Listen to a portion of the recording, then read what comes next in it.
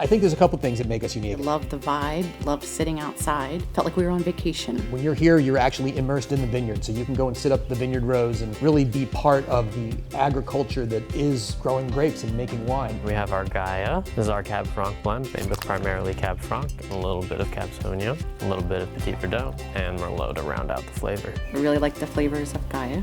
It's just delicious. We do wine flights here for tastings of whatever your choice of wine is. We're gonna start you off with a white. This is our Steel Tank Chardonnay Blanc New. It's gonna have light, crisp, citrusy flavors to it. We do have wood fire pizza. We do what we call our Buddha baskets, which are a basket of cheese and olives and hummus. Castelvetrano olives from Sicily. The prima donna. I'm gonna grab our Merlot cheese over here and do a similar thing. Leave room for the pièce de résistance, which is the Sopressata rose. I recommend on a hot summer day, try rosé. We really try to demystify the whole wine experience.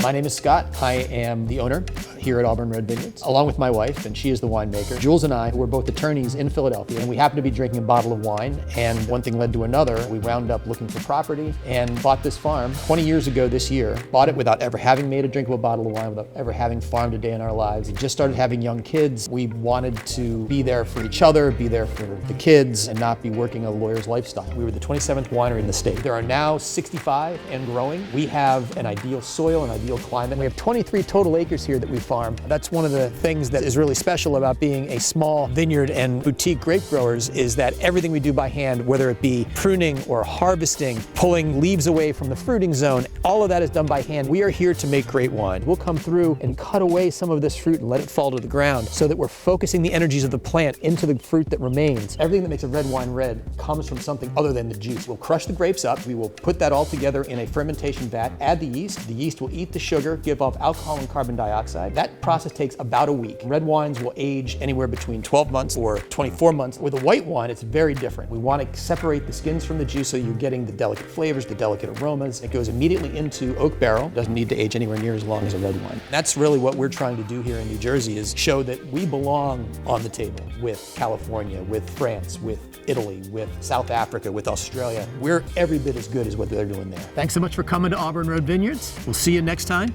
Salute. Salute.